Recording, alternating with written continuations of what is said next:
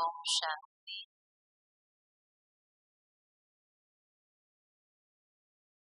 बाप दादा ने हम सब बच्चों को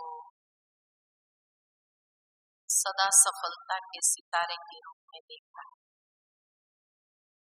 कई अव्यक्त मुरलियां बाबा की चली है कि जिसमें बाबा हर बच्चे को सफलता के सितारे के रूप में देखते भी हैं, और अगर कोई उम्मीदवार सितारा होता है तो उसको भी बाबा अपनी सकाश और शक्ति भर करके सफलता मूर्त बना ही देता है। साथ ही साथ बाबा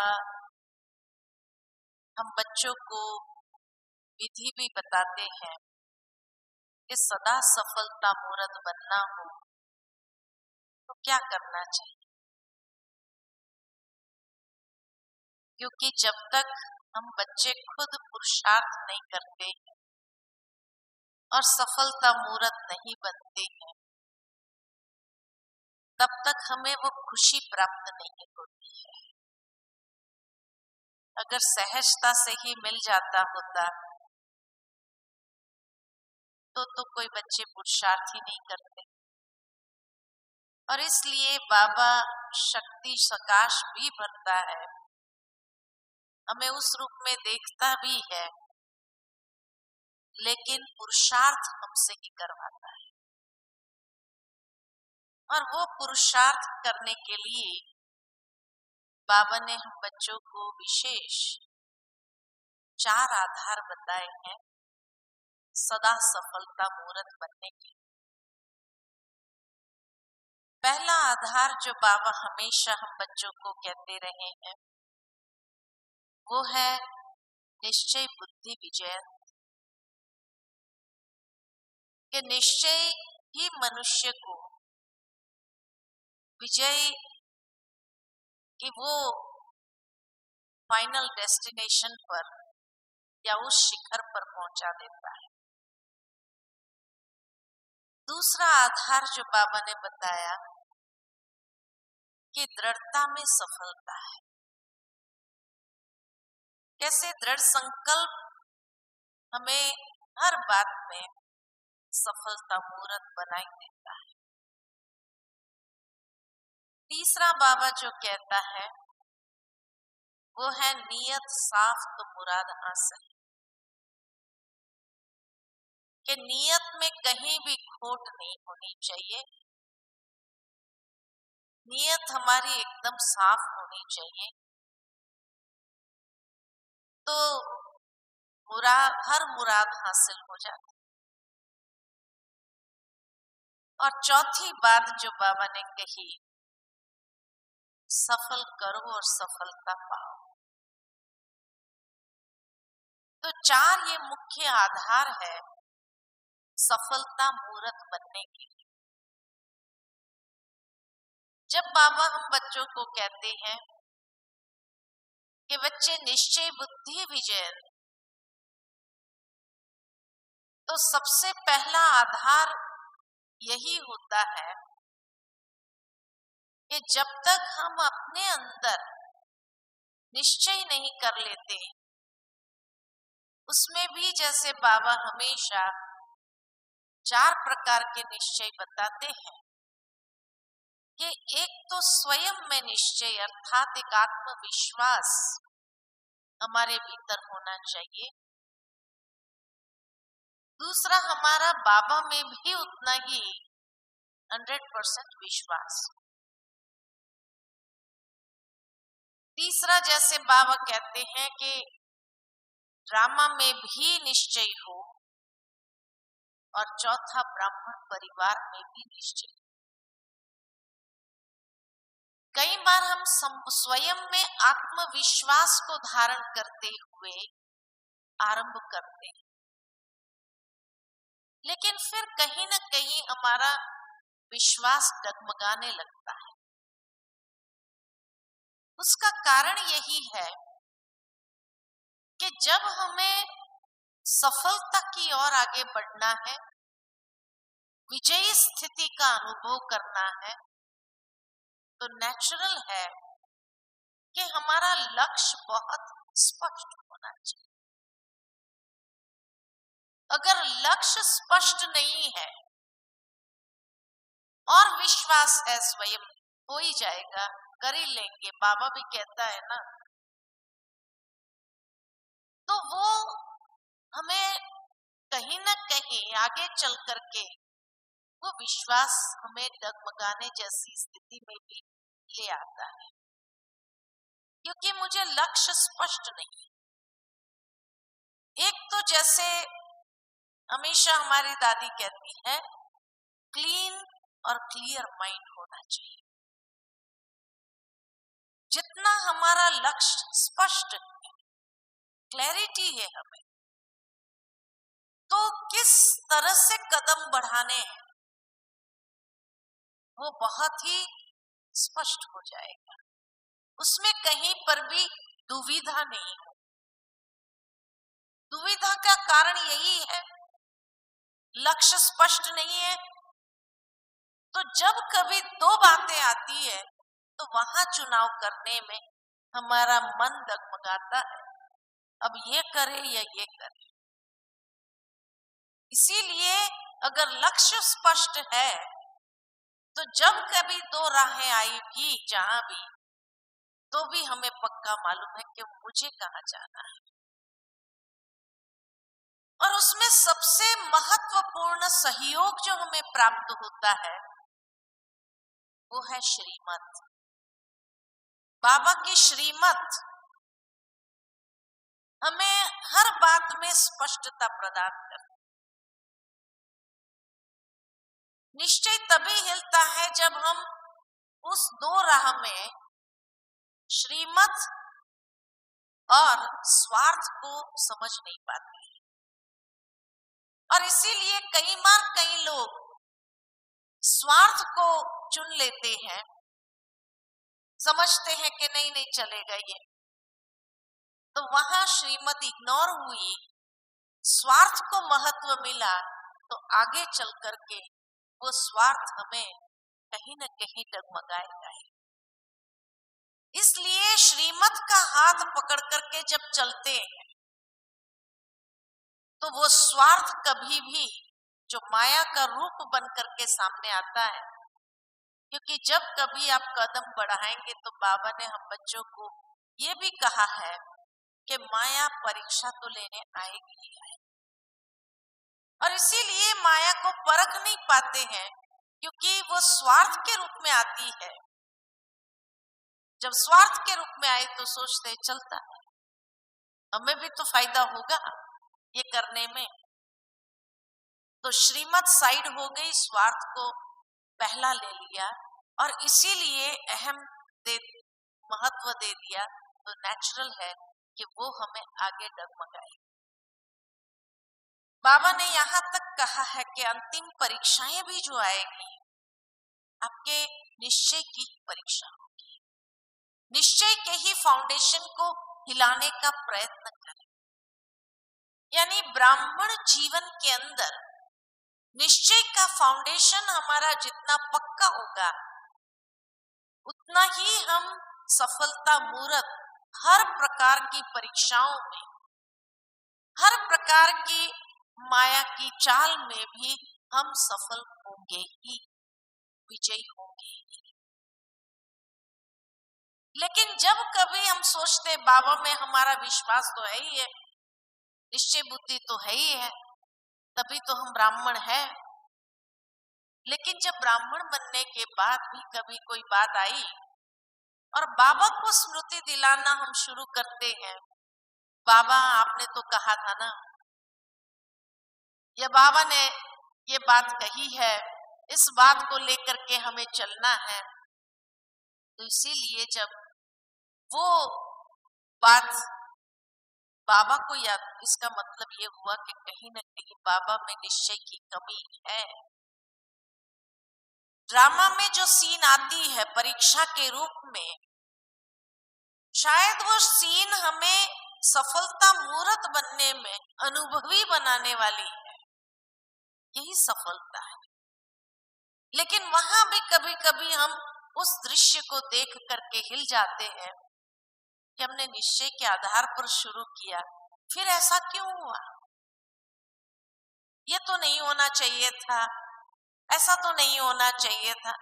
तो ये जो क्वेश्चन मार्क्स आ जाते हैं कि ये क्यों हुआ, कैसे हुआ, जहां पर भी क्वेश्चन आया माना निश्चय हिला, क्योंकि निश्चय माना ही फुल स्टॉप, बिंदी।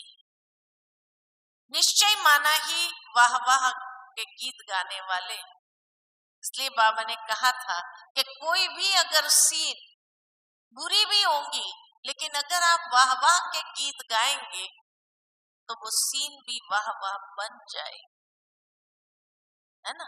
तो इसीलिए कहने का भावार्थ यही है कि जहां क्वेश्चन आया क्यों हुआ, क्या हुआ, कैसे हुआ, माना निश्चय का फाउंडेशन हिला, तो वो सफलता मूर्त बनने नहीं देगी। निश्चय माना बिंदी, विश्वास माना बिंदी, वहां कोई भी प्रकार का क्वेश्चन मार्क हो नहीं सकता है। तो इसीलिए कहा पहला फाउंडेशन सफलता मूर्त बनने के लिए है निश्चय बुद्धि विजय। दूसरा फाउंडेशन जो बाबा ने कहा दृढ़ता में सफलता, यानी दृढ़ संकल्प करना बहुत आवश्यक है। दृढ़ संकल्प को लेकर के जब करता है कोई भी इंसान तो सफलता उसका गले का हार बन जाती, सफलता उसको वो माला जरूर पहनाती है। दृढ़ संकल्प में वो ताकत है। इसीलिए बाबा कहते हैं कि बच्चे अगर कोई भी परिवर्तन करना चाहते हो तो दृढ़ संकल्प करो। जब कभी आप देखो कि आपके अंदर कोई कमजोरी है, जो कमजोरी कोई ना कोई रूप से विघ्न क्रिएट कर रही है, विघ्न रूप बन रही है आपके पुरुषार्थ के मार्ग में, और उसको आप समाप्त करना चाहते हो तो दृढ़ संकल्पधारी बन जाओ और दृढ़ संकल्प कर लो तो परिवर्तन हो ही जाए। और वो परिवर्तन आपकी जो रुकावट है, उस रुकावट में जैसे बूस्टर का काम करेगा, एक धक्का दे करके हमें आगे बढ़ा देगा। लेकिन कई बार देखा गया कि मधुबन में आते हैं, दृढ़ संकल्प तो करते ही है, विशेष कोई दिन होता है तो उस विशेष दिन पर हम बाबा के कमरे में जाकर के भी दृढ़ संकल्प करते, अमृत वेले बैठ करके विशेष दृढ़ संकल्प करते, लेकिन दिन भर में क्या होता है या कुछ समय के बाद क्या होता है, धीरे धीरे वो दृढ़ संकल्प हमारा ढीला हो जाता है और ढीला होते होते होते होते वापस वो कमजोरी हमारे जीवन के अंदर आ जाती है। तब कभी कभी आता है कि मधुबन में जाके दृढ़ संकल्प किया, अमृत वेले बाबा से विशेष शक्ति प्राप्त किया, सकाश भी लिया, फिर भी ये कमजोरी तो निकली ही नहीं, ये कमजोरी तो वापस आ गई। तो सोचते हैं कि पता नहीं हमारे में दृढ़ संकल्प करने की शक्ति नहीं है या हमारे संकल्पों में वो दृढ़ता नहीं है। ऐसा नहीं है कि संकल्पों में दृढ़ता नहीं है, संकल्पों में दृढ़ता है तब आप ब्राह्मण बने, इतना याद रखें, ऐसे ब्राह्मण नहीं बने। जिनके संकल्पों में दृढ़ता नहीं है उनको ज्ञान अच्छा लगते हुए भी वो ब्राह्मण नहीं बन सकते, क्योंकि ब्राह्मण बनना साधारण बात नहीं है, बहुत दृढ़ता चाहिए। आज बाबा ने जितनी भी मर्यादाएं हमें बताई हैं, चाहे वो पवित्रता की मर्यादा है तो दृढ़ संकल्प से ही पवित्रता को अपनाया है ना। आज कोई भी आपको मजबूर करे भी तो भी आप अपनी पवित्रता की धारणा नहीं तोड़ते, तो है ना दृढ़ता। खान पान की जो शुद्धि रखी है, कोई कितना भी आपको फोर्स करे कि प्याज लहसुन वाला खा लो, ये खा लो, अशुद्ध भोजन खा लो, खाएंगे नहीं खाएंगे। क्यों नहीं खाएंगे? तो दृढ़ता जिसके अंदर है वही ब्राह्मण बनता है, बिना दृढ़ता के वो ब्राह्मण नहीं बन सकता है। क्योंकि ब्राह्मण बनने में बहुत दृढ़ संकल्प करने की शक्ति चाहिए। इसीलिए कई लोगों को ज्ञान अच्छा लगता है लेकिन वो नहीं बन सकते हैं, ब्राह्मण नहीं बन पाते। बहाना चाहे कोई भी बता दे वो, लेकिन वो जानते हैं कि हमारे में इतनी ताकत नहीं है जो हम ये शुद्धि अपने जीवन के अंदर अपनी धारणाओं में अपना सके। तो इसीलिए दृढ़ संकल्प है तभी आप ब्राह्मण बने हैं। अब छोटी छोटी कमजोरी के लिए अगर आप ये कहो कि मेरे अंदर दृढ़ संकल्प करने की ताकत नहीं है तो कौन मानेगा? कोई मान सकता? क्योंकि पवित्रता की धारणा के बाद तो हमारे संकल्पों में और ताकत बढ़ जाती है। पवित्रता की धारणा से हमारे संकल्पों में और ताकत आ जाती है। ये कोई छोटी बात नहीं है। कुछ समय पहले हमने कुछ जैन साधुओं से बातचीत हो रही थी, तो ऐसे ही बात करते पूछा उनको कि आप लोग चलते रहते हैं, उसके बदले वाहन का प्रयोग करो तो आप जहां जाएंगे सहजता से पहुंच करके कितने लोगों को आप अपनी जो बातें हैं वो समझा सकेंगे, सुना सकेंगे, अपने धर्म की वृद्धि कर पाएंगे। तो उस समय जो भाई था, साधु था भाई, उसने बहुत अच्छी बात कही कि चलने के पीछे हमारा एक कारण है। हमने पूछा कि ये तो यही कारण है ना कि आप साधनों का, सुख सुविधाओं का प्रयोग नहीं करते हैं, यही कारण है? बोला नहीं, ये कारण नहीं है। तो हमने कहा फिर क्या कारण है? तो कहा कि जब कोई व्यक्ति ब्रह्मचर्य का पालन करता है तो उसके अंदर इतनी ताकत आ जाती है कि अगर वो ताकत को सही तरीके से यूज न किया जाए तो वो मानसिक असंतुलित हो जाए। इसलिए वो ताकत यूज करनी पड़ती है। और यूज कैसे करे ब्रह्मचर्य व्रत की ताकत? तब कहा कि ये पैदल जो चलते ताकि उसको यूज करते हैं ताकि वो मानसिक असंतुलन न आए। और बाबा ने हम बच्चों को ये सिखाया है कि बच्चे उसको यूज करनी है तो कैसे यूज करनी? सेवा करो। इसलिए बाबा कहते हैं स्व पुरुषार्थ और सेवा अंत घड़ी तक चलेगी। तो सेवा में हम क्या कर रहे हैं?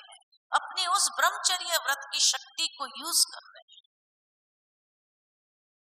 इसीलिए ये ताकत को हजम करना आसान नहीं है और इसीलिए ये हमारे संकल्पों को इतना बल देता है, इतनी शक्ति प्रदान करता है कि व्यक्ति जो चाहे वो कर सकता है। ये हो नहीं सकता है कि वो नहीं कर सके। तो दृढ़ता ब्राह्मण बनने के बाद और भी बढ़ गई।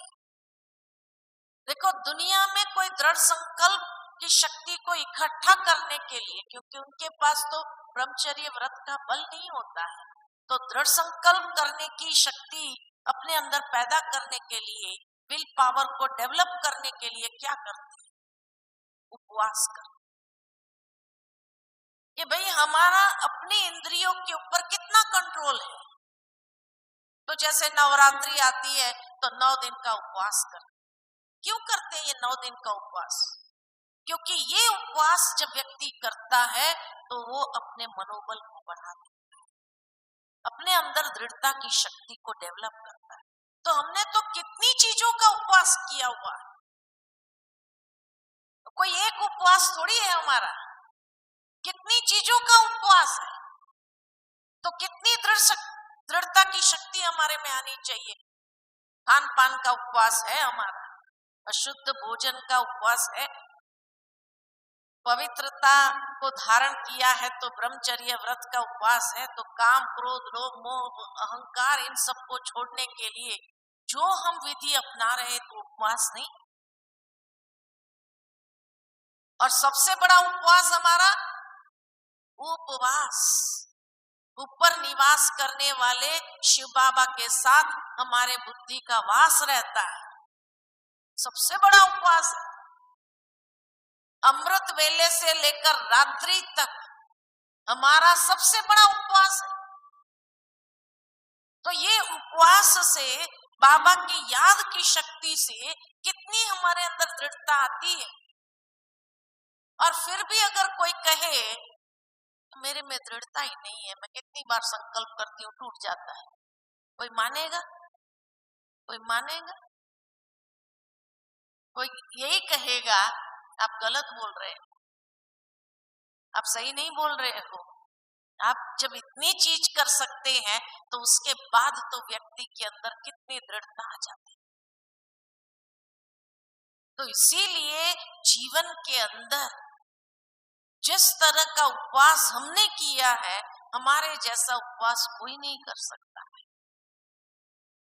तभी तो कोई साकार बाबा के पास भी जब आए थे तो किसी ने बाबा से कहा, साकार उन दिनों में, कि बाबा आपका ज्ञान तो बहुत अच्छा है, लेकिन ये नियम जो है ना, अगर आप नियम हटा देंगे ना तो इतनी वृद्धि हो जाएंगी, इतनी वृद्धि हो जाएंगी जो बात पर।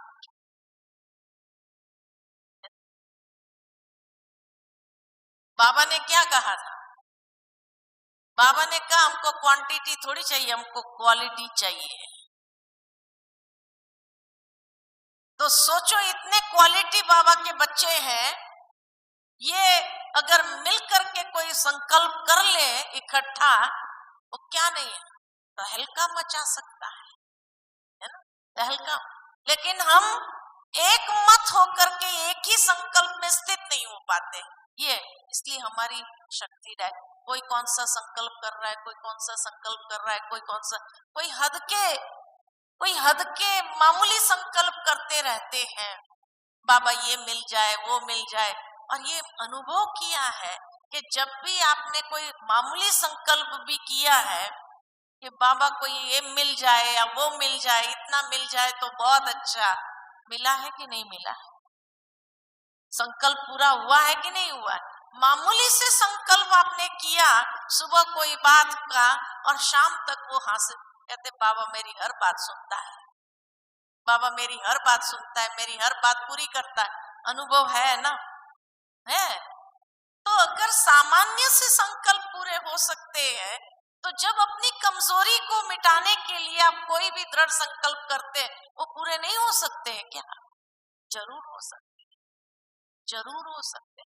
लेकिन क्योंकि हमारा उसके ऊपर अटेंशन की कमी हो जाती है, अटेंशन की कमी, इसीलिए बाबा कई बार कहते हैं बच्चे अपने स्क्रू को टाइट करो, अटेंशन के पहरेदार को टाइट करो, लूज हो गए। जब अटेंशन के पहरेदारों को टाइट करेंगे तो रोज अमृत वेले उस संकल्प को बार बार रिवाइज करो, और फिर देखो होता है या नहीं होता है, जरूर होता है। इसीलिए बाबा कई बार कहते, बाबा को नहीं कहो कि बाबा मेरा ये संकल्प पूरा, आप में इतनी ताकत है जो आप पूरा कर सकते हैं। बाबा को कहने की जरूरत नहीं है कि बाबा आप मेरे पति का ताला खोलो, मेरे बच्चे का ताला खोलो, या मेरा ये बंधन छुड़ाओ मेरे को। आप खुद ही सक्षम है।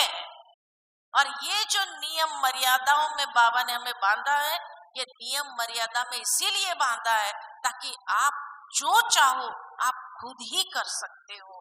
भगवान को बीच में, अपने कर्मों के बीच में इंटरफियर करने की जरूरत नहीं है, भगवान को लाने की जरूरत नहीं है।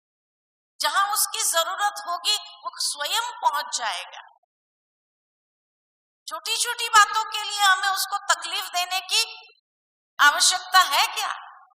बाबा ये पूरा करो ना, बाबा वो पूरा करो ना, इसका ताला खोलो ना, उसका ताला को कहने की जरूरत है नहीं। आप खुद ही सक्षम है, आप खुद दृढ़ संकल्प करो। कैसे नहीं होते? आप किसी भी आत्मा को परिवर्तन करने की शक्ति रख सकते, इतनी आप में ताकत है। ये नियम मर्यादाओं के कारण आप में इतनी ताकत है कि आप सिर्फ उस दृष्टि से और वो शक्ति से आप उस चीज का संकल्प करो, देखो वो होता है कि नहीं, हो जाता है। ये प्रैक्टिकल है।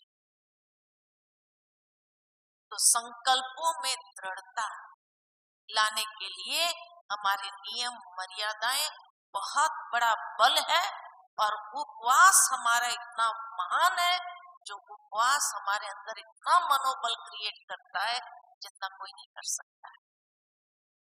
तीसरा जो बाबा ने आधार बताया, नियत साफ तो मुराद हासिल। नियत साफ होनी चाहिए। और नियत साफ कैसे होगी? तो नियत साफ का कनेक्शन है सच्चाई से। इसलिए बाबा कहते हैं सच्चाई सफाई। नियत साफ, तो साफ कैसे रहेंगे? तो जब सच्चाई होगी तो सफाई तो रहेगी। और जिसके अंदर सच्चाई है तो सच की नाव हिलेगी डुलेगी, लेकिन कभी डूब नहीं सकती है। सच्चाई है तो कहा जाता है सच्चे दिल पर साहब राजी। भगवान भी राजी हो जाता है। भगवान को सबसे प्रिय है ही सच्चाई सफाई। और अगर वही मेरी नियत में नहीं है तो फिर कोई मुराद हासिल नहीं हो सकती। आप साफ नियत से, सच्चाई सफाई से कोई भी संकल्प निस्वार्थ भाव से जब करते हैं तो हर मुराद पूरी होती ही है। सारी कहा जाता है ना, सारी कायनात जुड़ जाती है उस संकल्प को पूरा करने के लिए, क्योंकि उसमें सच्चाई सफाई का इतना बल है, एक ताकत है। तो इसीलिए हमें किसी को कहने की जरूरत नहीं है, हमें कुछ और करने की जरूरत नहीं है, लेकिन आप जो सोचेंगे वो वही पड़ा है।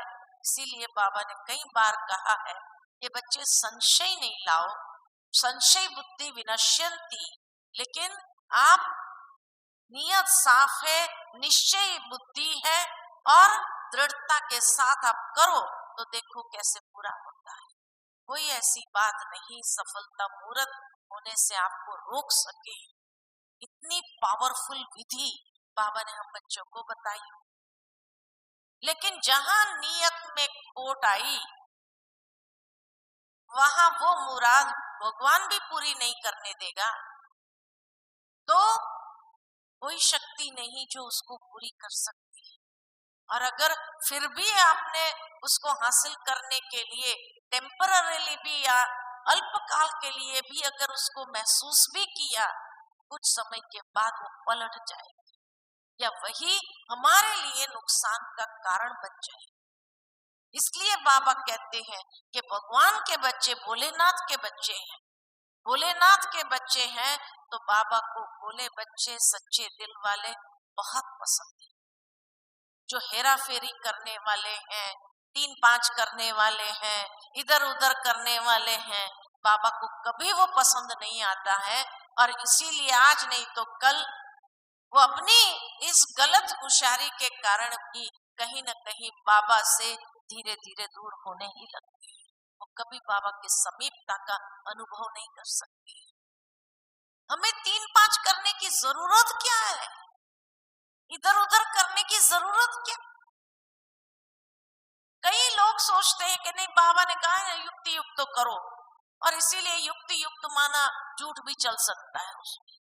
युक्ति युक्त का मतलब झूठ नहीं होता है, झूठ नहीं होता है। कई लोग इसीलिए झूठ का प्रयोग करते रहते। बाबा ने कहा ना युक्ति युक्त होकर के चलना है, नहीं, ये भाव नहीं है बाबा का। बाबा के भाव को समझो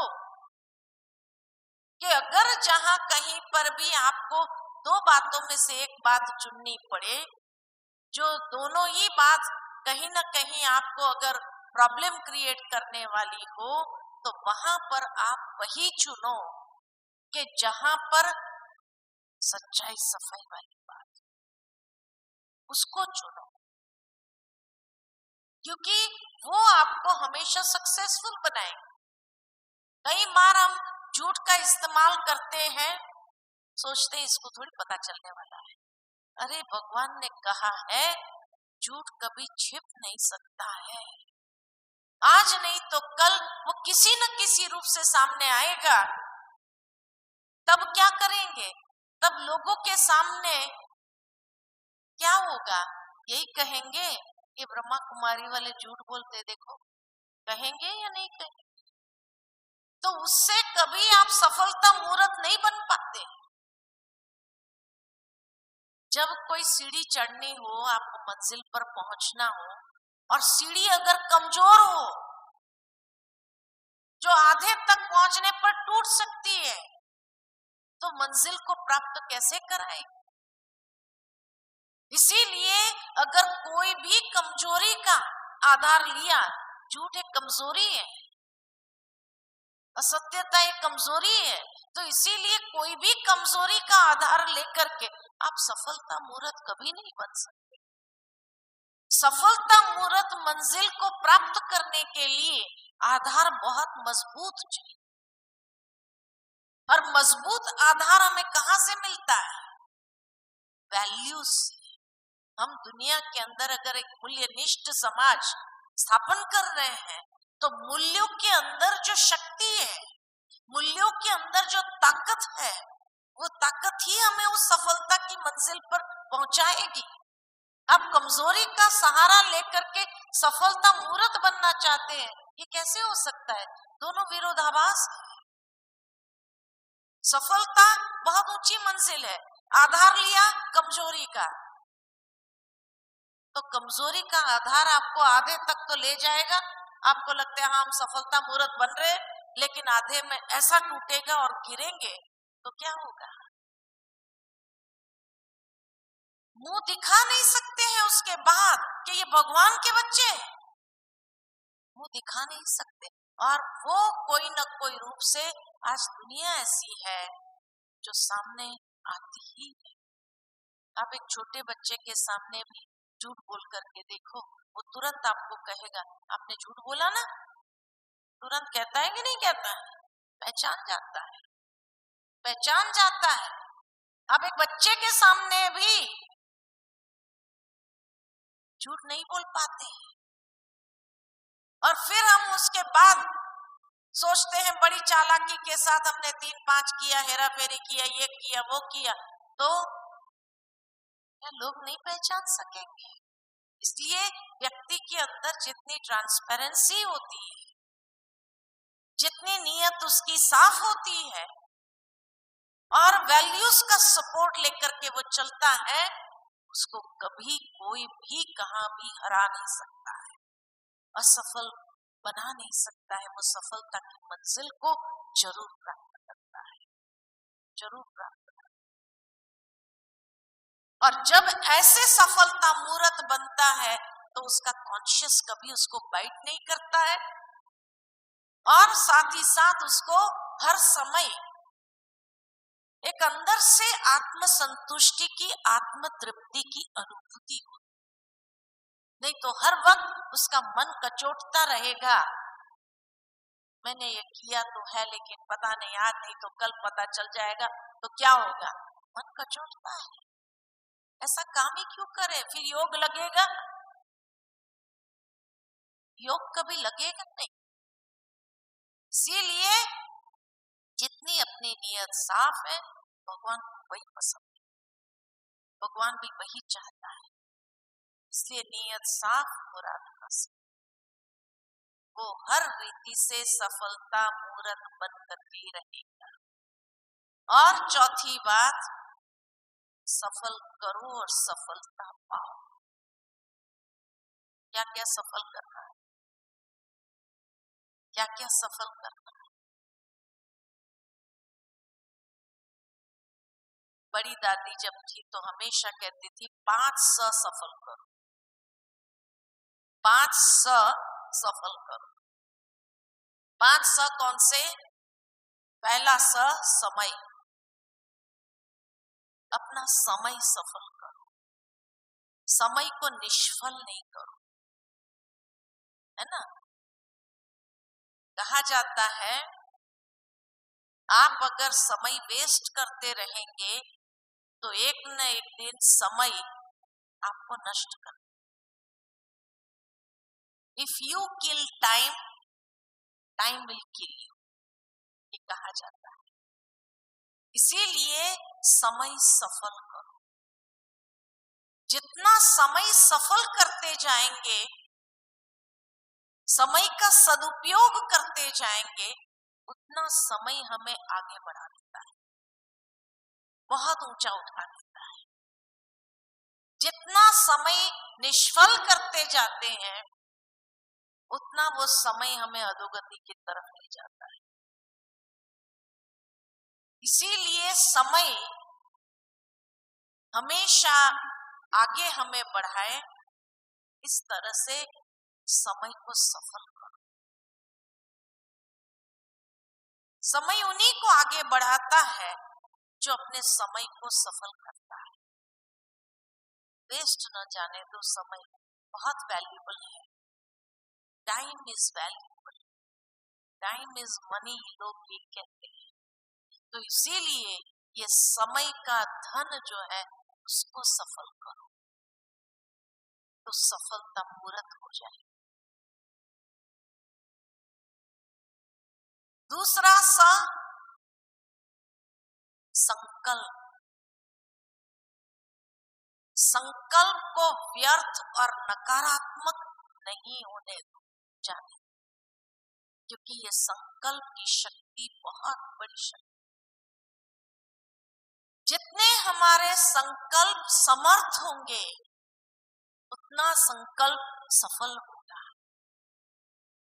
कोई भी अच्छी बात के लिए जब भी आप संकल्प करेंगे,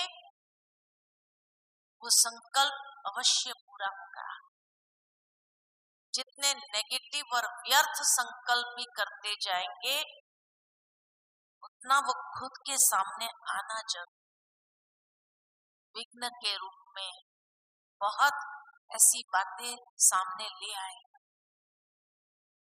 इसीलिए कभी कभी कई लोग जो विघ्न खड़े करते हैं ना, अपने संकल्पों से खड़े करते हैं। संकल्प ही ऐसे करते हैं, नेगेटिव संकल्प चलाते रहेंगे तो पवित्रता की शक्ति जब नेगेटिव संकल्प को मिलेगी तो वो भी तो पूरे होंगे, इसलिए वो विघ्न रूप में सामने आते हैं। बहुत अच्छा अभी किसी ने जो रिसर्च किया उसके ऊपर बताया, आप लोगों में से कई लोगों ने किताब पढ़ी होगी। एक दुनिया के व्यक्ति ने रिसर्च किया है और किताब लिखी है, सीक्रेट, पढ़ी होगी आप लोगों में से कईयों ने। और उसमें उसने यही बात रिसर्च किया कि हमारा ब्रेन जो है, हमारा दिमाग जो है, वो नहीं शब्द को रिकॉग्नाइज नहीं करता है। इसीलिए जब आप कोई बात सोचते हैं ना, ये नहीं होना चाहिए, ये नहीं होना चाहिए, नहीं होना चाहिए, नहीं होना चाहिए, है ना, अब हमारा दिमाग नहीं शब्द को पहचानता नहीं है, नहीं होना चाहिए, नहीं निकाल देता है, यह होना चाहिए, ये होना चाहिए, ये होना चाहिए, इसलिए होता है, इसलिए होता है। सिंपल सा उदाहरण मैं आपको दूं कि जिस दिन आप सुबह अमृत वेले उठ करके बाबा के सामने संकल्प करते हो, बाबा आज मुझे गुस्सा नहीं आना चाहिए, कुछ भी हो जाए, गुस्सा नहीं आना चाहिए, गुस्सा नहीं आना चाहिए, गुस्सा नहीं आना चाहिए, कुछ भी हो जाए, गुस्सा नहीं आना चाहिए। उसी दिन सबसे ज्यादा गुस्सा आता है कि नहीं आता है? क्यों? क्योंकि हमारा दिमाग नई शब्द पहचानता ही नहीं है। क्यों नहीं पहचानता है? उसका जो मेरे हिसाब से जो मैंने चिंतन किया कि क्यों नहीं शब्द नहीं पहचानता है दिमाग हमारा, क्योंकि ये कलयुगी लैंग्वेज है। नहीं शब्द जो है ये कलयुगी लैंग्वेज है। और बाबा ने हमेशा हम बच्चों को कहा है, ना करने वाला नास्तिक, हाँ करने वाला आस्तिक, है ना। दूसरी बात जो बाबा ने हम बच्चों को समझाई है कि जो नहीं कहता है वो कोई न कोई बात के राज को जानता नहीं, इसलिए नहीं कहता है। ये नहीं हो सकता है, ये नहीं हो सकता है ना। और इसीलिए वो राज को जानता नहीं है, इसलिए नहीं कहता है। जो राज को जानता है, हर बात का राज जानता है, वो उसको स्वीकार करता है, एक्सेप्टेंस लेवल उसका बढ़ जाता है। तो इसीलिए जब हमारा दिमाग नई शब्द नहीं पहचानता, क्यों नहीं पहचानता? क्योंकि हम सब सतयुगी आत्माएं, और सतयुग की डिक्शनरी में शायद नई शब्द है ही नहीं। अब 2500 साल जो उस सात्विक लैंग्वेज में रहे हो, उस सात्विक प्रकृति से काम करते रहे हो, वो अगर अभी आकर कहे ये नहीं होना चाहिए, तो उसका दिमाग नई शब्द नहीं पहचानता है, क्योंकि वो सतयुगी आत्माएं हैं। इसीलिए उनके साथ वो होता है। इसलिए कहने का भावार्थ कि कुदरत ने जो रचना रची है, हमारे मन, बुद्धि, ब्रेन आदि की भी जो रचना रची है, उस रचना के अंदर, क्योंकि सभी ओरिजिनल प्योर आत्माएं हैं, चाहे कलयुगी आत्माएं भी, लेकिन परमधाम में जब बैठी होती है तो प्योर स्वरूप में होती है ना। तो इसीलिए जो प्योर आत्माएं हैं ओरिजिनली अनादि स्वरूप में, उसके दिमाग के अंदर नहीं शब्द नहीं होता ही नहीं, नेगेटिव शब्द होता ही नहीं। लेकिन ये तो आत्मा की बैटरी इतनी डिस्चार्ज हो गई, तब हमने नहीं होगा, नहीं हो सकता है, ये नई शब्द का प्रयोग कर, ये तो अभी के जीवन का है, ये लास्ट के जीवन का है। नई शब्द का प्रयोग जो है, आज से 50 साल पहले भी हमारे बड़े बुजुर्ग जो होते थे, वो नई शब्द का प्रयोग क्यों नहीं कर सकते? जरूर कर सकते। वो कोई चीज के लिए मना नहीं करते थे। ये तो अभी की जनरेशन है जिसको कोई भी काम करो नहीं होगा, नहीं हो सकता है, ये कैसे होगा? उसके 10 सवाल हो जाते, क्योंकि उसमें ताकत ही नहीं रही। और इसीलिए जब हम सतयुगी आत्माएं हैं और वो अगर संकल्प करे कि ये नहीं होना चाहिए, बाबा मुझे गुस्सा नहीं आना चाहिए, नहीं आना चाहिए, बाबा मुझे इतनी शक्ति दो कि मुझे गुस्सा नहीं आवे। अब बाबा से शक्ति ले रहे हैं, किसको दे रहे हैं शक्ति? गुस्से को। वो शक्ति किसको मिल रही है? क्रोध को मिल रही है। इसलिए ज्यादा क्रोध आता है दिन भर में, क्योंकि आपने शक्ति ही लिया क्रोध। नई शब्द को तो ब्रेन ने पहचाना नहीं, तो मुझे क्रोध आना चाहिए, मुझे क्रोध आना चाहिए, मुझे क्रोध आना चाहिए, बाबा शक्ति दो, मुझे क्रोध आना चाहिए। तो शक्ति किसको मिली? क्रोध को। इसीलिए सबसे ज्यादा क्रोध, सबसे ज्यादा गुस्सा उसी दिन आता है। ठीक है ना? तो आज के बाद नहीं शब्द का प्रयोग नहीं करो। अगर आपको गुस्सा नहीं आना चाहिए, बाबा से शक्ति लेनी है, तो ये संकल्प करो, मैं शांत स्वरूप आत्मा हूं, आज सारा दिन मेरा शांति में रहना चाहिए। ये पॉजिटिव संकल्प है, ये पॉजिटिव संकल्प। तो फिर कितनी भी बड़ी से बड़ी घटना भी हो जाएगी, तो भी आपको गुस्सा नहीं आएगा, क्योंकि आपने जो बाबा से सकाश शक्ति ली है, वो शांति के स्वरूप को दिलाई है। और जब शांति के स्वरूप को दे, तो आपका मन शांत रहेगा। तो इसीलिए संकल्प को सफल करना माना हर संकल्प के अंदर पॉजिटिव ऊर्जा समाई। नेगेटिव और वेस्ट संकल्प निर्माण करना, ये भी बाबा के महावाक्य के हिसाब से एक प्रकार की अपवित्रता है, अपवित्रता। तो समय को सफल करो, संकल्प को सफल करो, और संकल्प में नहीं शब्द को नहीं आने दो, तभी वो सफल होगा।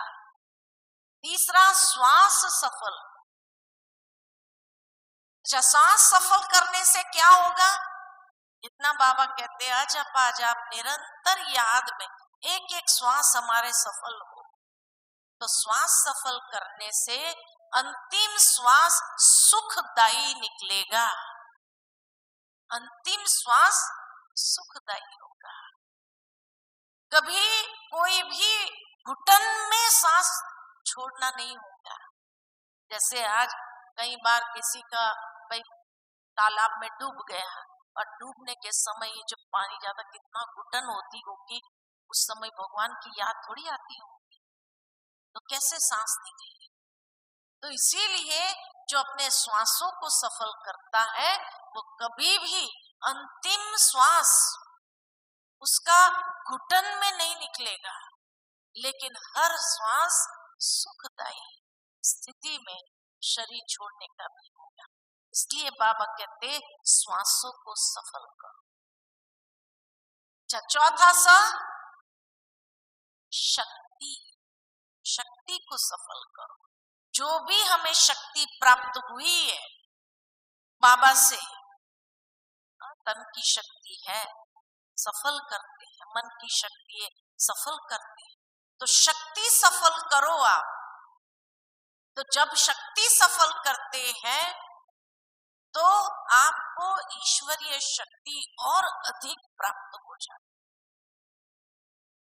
जितना ईश्वर के नाम में उसको सफल किया उस शक्ति को, तो बाबा ने एक मुरली चलाई है कि जब आप तन से सेवा करते हो, यानी तन की शक्ति सफल हुई, तो आपका तन निरोगी होने लगेगा। आपकी मनसा शक्ति जितनी शुद्ध पवित्र संकल्प शुभ भावना शुभ कामना संपन्न होगी, उतना आपकी मनसा शक्ति सफल होने के कारण मनोबल इतना बढ़ता जाएगा।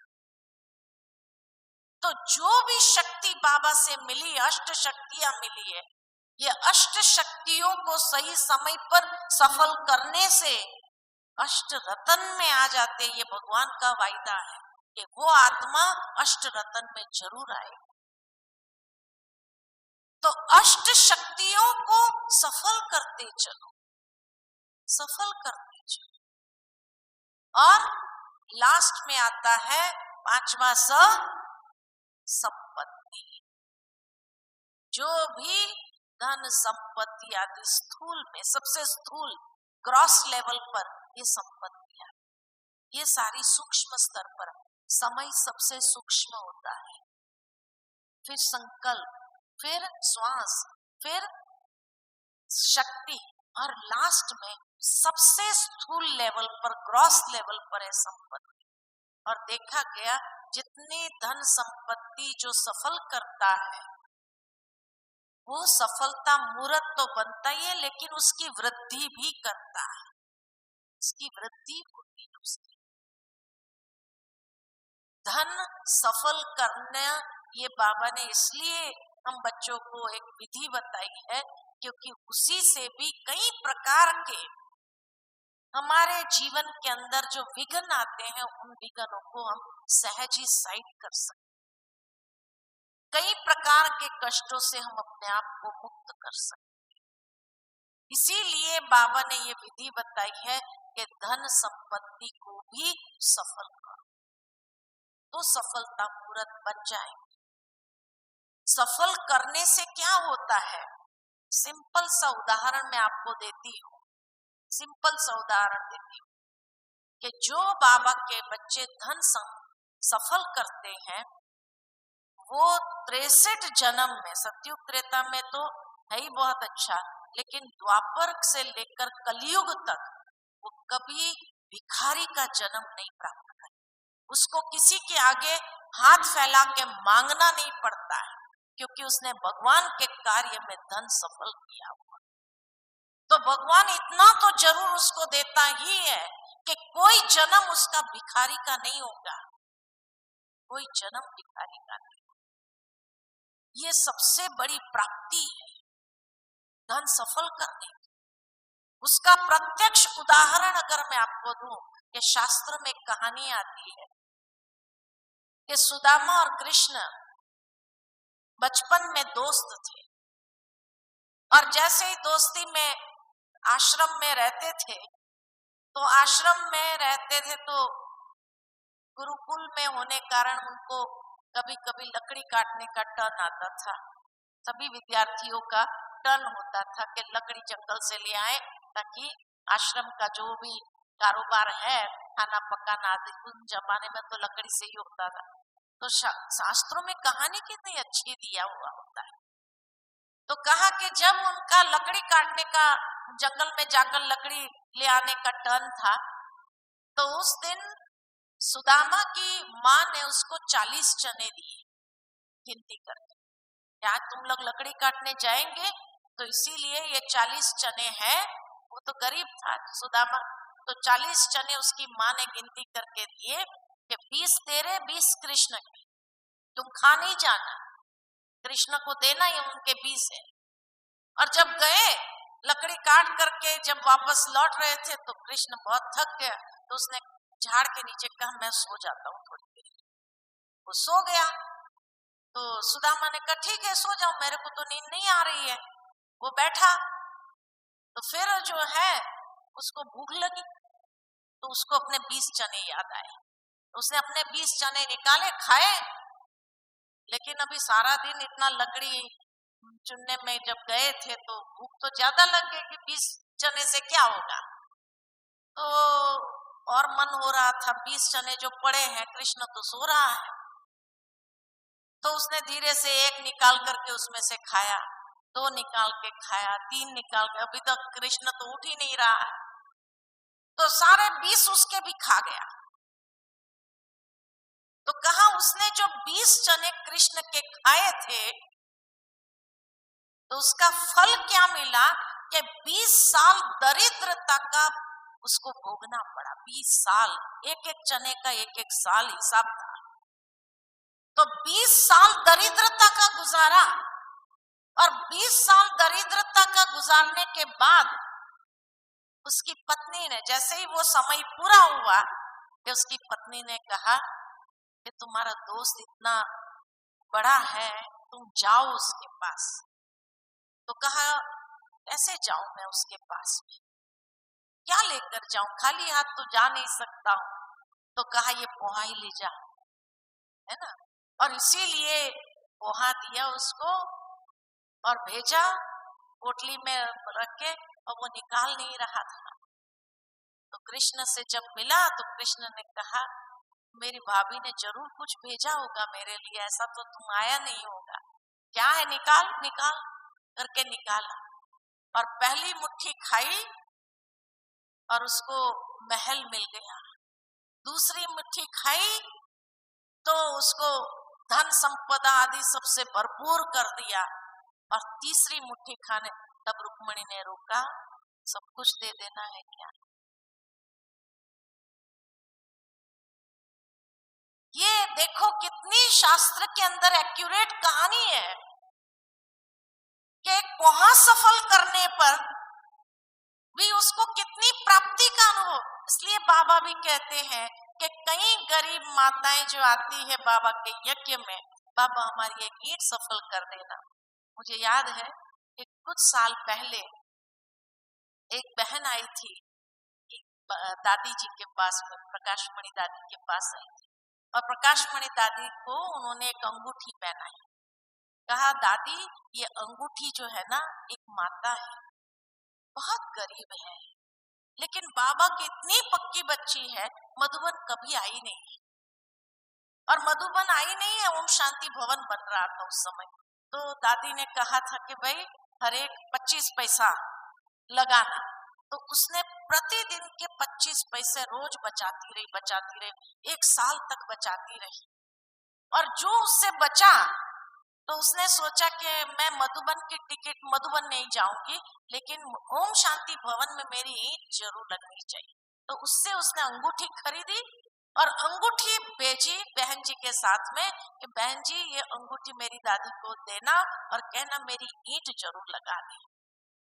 दादी को जब वो अंगूठी पहनाई, दादी की आंखों में इतने आंखें भर आई थी दादी की कि वो माता अभी तक मधुबन नहीं आई, और ओम शांति भवन की ईंट के लिए ये अंगूठी भेजी। और उसके बाद दादी वो अंगूठी पहनकर क्लास में आई और सबको दादी दिखाती रही, देखो दादी को आज अंगूठी मिली। दादी को आज अंगूठी मिली है और ये किसने भेजी है पता है? बाबा के गरीब बच्चों ने भेजा है। अब आप सोचो कि बाबा तो बोले उसने सोने की अंगूठी इसलिए भेजी थी, बाबा हमको सोने के महल देंगे तो मेरा ये ओम शांति भवन में एक ईंट जो लगेगी तो वो ईंट बाबा किस रूप में देगा? तो जरूर है कहने का भावार्थ कि जिसने भी अपने धन को सफल किया वो धीरे धीरे किस तरह से भगवान भी उसके लिए बंधा हुआ है उसको देने के लिए। तो धन सफल करने वालों पर भगवान हमेशा मुरली में भी कहता है कि कई गरीब बाबा के बच्चे कुछ कर्मों के हिसाब किताब के कारण आए, ये समय आया है लेकिन फिर भी भिखारी नहीं बने हैं। इसलिए कहा धन सफल जिसने किया वो कभी भिखारी नहीं बनता है। जिंदगी में कोई जन्म उसका भिखारी का नहीं होता। इतनी तो ईश्वर की गारंटी है जो बाबा ने कहा है उसको दाल रोटी जरूर खिलाऊंगा, भूखा नहीं सुलाता है, दाल रोटी भी खिलाता है। बेगरी पार्ट में भी यज्ञ में भी बेगरी पार्ट आए तो सभी को डोडा छाछ भी जरूर खिलाया और किसी को कुछ नहीं हुआ। ठंडी में भी लोगों ने खाया, कैसे भी खाया, लेकिन कभी किसी को तकलीफ नहीं हुई। तो इसीलिए संपत्ति को जिसने सफल किया उसको कई जन्मों की प्राप्ति तो होती ही है। सतयुग त्रेता की प्राप्ति तो अलग चीज है, लेकिन द्वापर कलयुग की भी ये इतनी बड़ी प्राप्ति उसको होती ही है। तो इसीलिए 5 सफल करना और सफलता मूर्त बनना। ओम शांति।